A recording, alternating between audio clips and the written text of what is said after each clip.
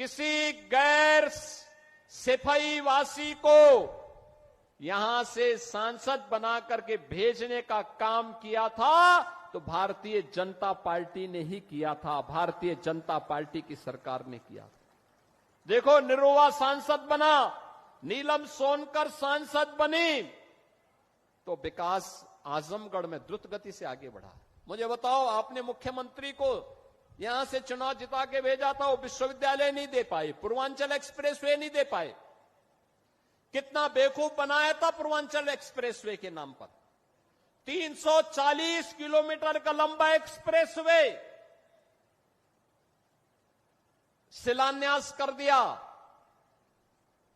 Alignment भी नहीं पता, और जमीन एक भी इंच नहीं खरीदी। जब 6 महीने के बाद 17 में मैं आया, मैंने कहा भी क्या हुआ, क्या प्रोग्रेस है? कहा साहब जीरो। मैंने कहा क्यों जीरो है? कहा साहब जमीन ही नहीं तो एक्सप्रेसवे बनेगा कहां पे? मैंने कहा फिर ये टेंडर कैसे हो गए?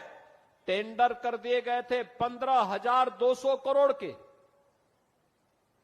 एक्सप्रेसवे की चौड़ाई थी मात्र 110 मीटर।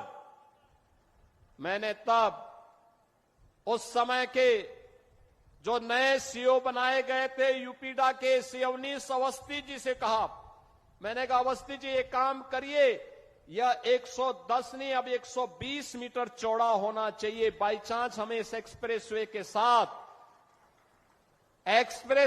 साथ जब हम high speed, semi high speed train का संचालन भी करेंगे तो उसके लिए हमें जमीन चाहिए होगी, तो एक साथ हम उसके साथ एक्सप्रेसवे के साथ उसको भी दौड़ा सकें। जमीन खरीदिए, इसको पुराने टेंडर को कैंसिल करिए और फिर इस कार्य को आगे बढ़ाइए। आप सोचिए, वे 110 मीटर चौड़ा 2016 में 15,200 करोड़ रुपए में बना रहे थे।